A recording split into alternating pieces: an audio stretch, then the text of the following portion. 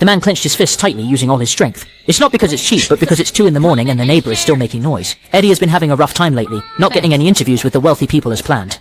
This led to the reporter losing face, and then his girlfriend of 7 years left him. Back to his single apartment, staring at a mountain of bills, he could only clutch the phone to look for work but was constantly rejected. Near a mental breakdown, he recalled the advice from a Chinese mother at the convenience store. Prepare for a spiritual cleanse. But just as he was about to start, the noise from the neighbor interrupted.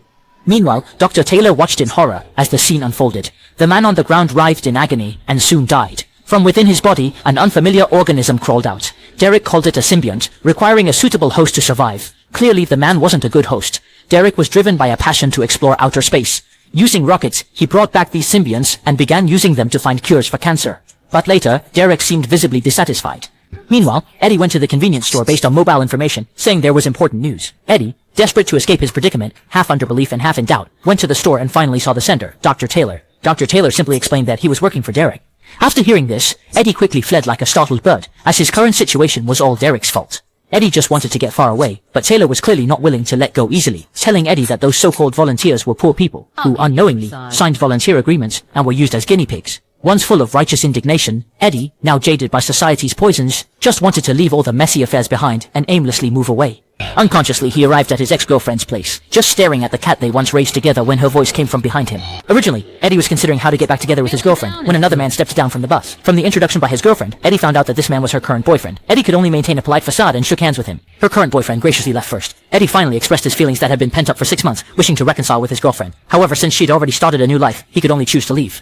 Feeling lonely, Eddie went to a large bridge. The ring in his hand was meant for a proposal, but it no longer held any meaning. His life felt like a swamp, deeply trapped with no way out. Just as he was lost in thought, the noise of a jet interrupted him. The building in front turned out to be the NASA Research Center. Perhaps as a last resort, Eddie decided to give himself a chance by checking out the business card Stella gave him. Eventually, the two drove to the research center.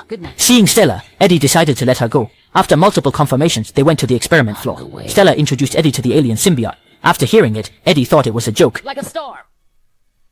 Stella finally reveals that Derek's aim was to combine humans with symbiotes, allowing mankind to break free of Earth and survive in space. Only then did Eddie realize how insane Derek's plan was. Upon hearing the security patrol approaching, they split up. Eddie collected evidence in the lab while Stella went to distract security. Eddie went into a dark lab and started taking photos with his cell phone. Just as he was about to move to the next spot, the people inside started pounding on the door. Eddie rushed inside to find someone he recognized, Maria, screaming for help. Eddie panicked and accidentally triggered the alarm, setting off a loud noise throughout the lab. Quickly, Eddie grabbed a device from nearby. Using all his strength, he smashed it against the door. After repeatedly trying, he finally broke it open. He didn't want Maria to go crazy, so she lunged at him, gripping his neck tightly, while a dark substance flowed towards Eddie. After a moment, Maria fainted, and Eddie ran out, bumping into security. They resolved the situation within moments. Eddie barely had time to wonder at his sudden strength, as he bolted out of the facility. Seeing the 10-meter-high fence, Eddie rushed over unexpectedly. He really broke through the metal net to reach outside where the security saw him. Directly dodging the bullets, Eddie zigzagged forward, and even Dr. Bolts, just watching, had to admit defeat. A large wooden barrel tree was directly knocked down by Eddie. Eddie couldn't believe his eyes as he looked at that tree. He wondered if he was dreaming, but the bullets around brought him back to reality. The increasing swarm of guards made Eddie panic, but when they surrounded him, there was no trace of Eddie. Unexpectedly, Eddie was right above them, on the tree branch, watching in horror. He was suspended 50 meters in the air without anything on him. Just as he felt confused, a drone quietly approached, then accelerated towards him. Thankfully, Eddie turned back to the ground. It was clear this place wasn't safe anymore. Jumping onto his beloved motorcycle, he just sped off. All this while, it was actually Deckard's men trying to capture him. The security chief immediately shot down the drones, dozens of them, as they flew towards Eddie's escape road. One drone launched a suicide attack, and an object inside Eddie solidified suddenly. What Eddie saw was so shocking that he was stunned. But to survive, he had to keep fleeing. The last drone was about to reach him, and Eddie's body swung aside the car door. In the end, this door withstood everything. He then reached the road uphill. The cars behind him kept getting closer, and Eddie had to floor the gas pedal, deciding to take off once more. After flying through the air for a few seconds, he returned to his motorcycle and continued to speed forward without braking. He saw there was no road ahead. Suddenly, two arms stretched out and grabbed the bars in front. It was another jump. However, the cars behind weren't worried about the risk. They knocked over the guardrails and continued to pursue him, entering the traffic of the city. Eddie used his superior driving skills to weave through, using the motorcycle handles when meeting roadblocks. But no matter how skilled he was, he couldn't match the opponent's numbers, and they used two cars to trap Eddie in the middle. He then controlled the traffic with the motorcycle handle. Otherwise, he'd have been squashed like a sandwich. But it seemed Eddie's body didn't want to be controlled anymore. it began fighting back, fiercely attacking the opponent's steering wheels. Finally, both vehicles crashed into the roadside, and just as Eddie enthusiastically watched his accomplishment, another fast-approaching car crashed into Eddie's body, knocking him senseless. This serves as a warning to all viewers. Old folks, obey traffic rules. The security chief watched as Eddie was left with only one breath, feeling some relief because of how rough their leader had been on him before. At this moment, Eddie's injuries were visibly healing. Meanwhile, his body was being cloaked in a sticky black liquid. It was inside his body, and for the first time, the venom revealed itself. The security chief had never witnessed anything like this.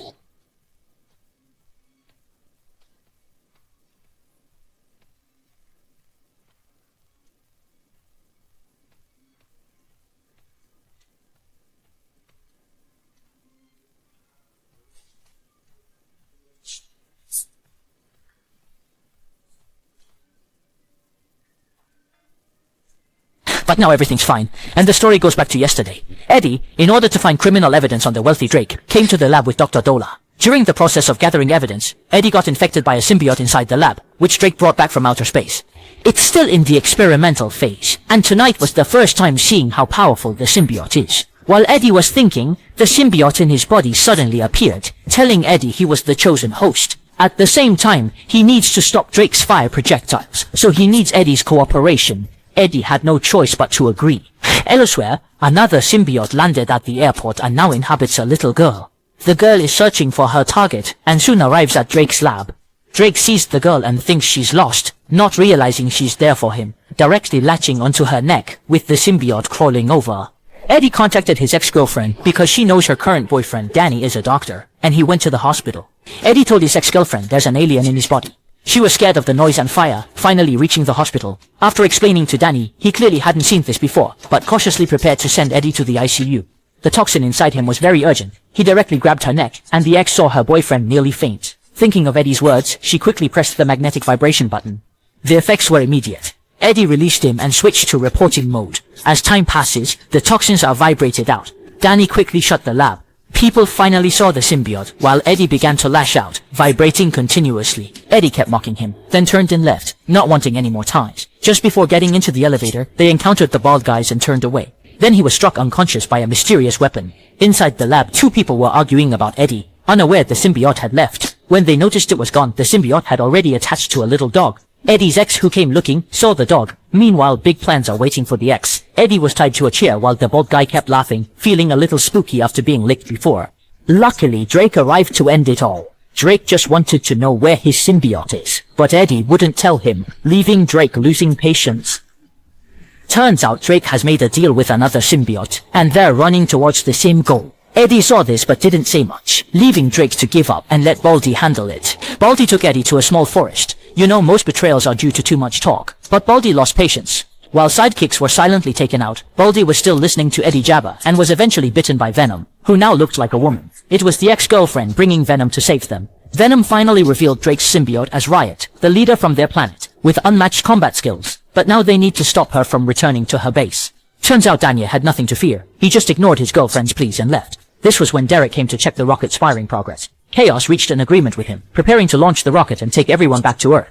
Hearing from his subordinates that it would take another hour, Derek decided to skip unnecessary checks and started the countdown for 15 minutes. But one daring subordinate was ready to abort the launch. Seeing this, Derek quickly retaliated, transforming and striking back. Turns out the Chaos itself was armed. Crew can switch weapons at will, and Chaos broke through the window toward the rocket ready to launch. Meanwhile, Danya also rushed to the launch site, knowing his chances of winning were low, but determined to assert dominance on Earth. Finally, when the two clashed, Chaos saw Danya's audacity to thwart him and armed himself with wolf teeth gloves to give him a beating.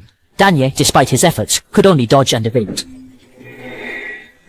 But Danya managed to seize a chance and landed a hit on Chaos. However, Chaos, being a strategist, had layered weapons and eventually forced Danya to retreat. At this point, his ex-girlfriend showed up, observing through control that Danya was restrained. Chaos grabbed Danya, forcefully separating him from AD, until AD couldn't take it anymore, and rushed to Danya, rejoining together, making it tough to separate once more. Eventually, Chaos overpowered Danya, absorbing him and merging with him, then began climbing toward the rocket. Suddenly, a loud noise erupted, causing Chaos to show signs of cracking. It turned out that the ex-girlfriend had cranked up the volume in the control room. In the end, all four of them rejoined into one body. It turned into a battle between two men. AD took advantage, knocking Derek down to the edge of the platform. Just then, Chaos was nearby, but AD, unaware, kicked the opponent down just as he was preparing to find Violet Toxin. Turns out Chaos remerged, and in the final 30 seconds before launch, it successfully entered the rocket ship. When everything was going according to Chaos's plan, Vilatoxin somehow climbed back and conversed with AD. At the same time, they healed each other's fatal wounds. Vilatoxin saw the rocket igniting, and hurriedly climbed onto it. Inside, Chaos showed no care while Vilatoxin directly jumped off, revealing a steel knife to cut through the fuel tank, causing an immediate explosion and fuel that fire. Vilatoxin also burned in the high temperature, and then bid a final farewell with AD.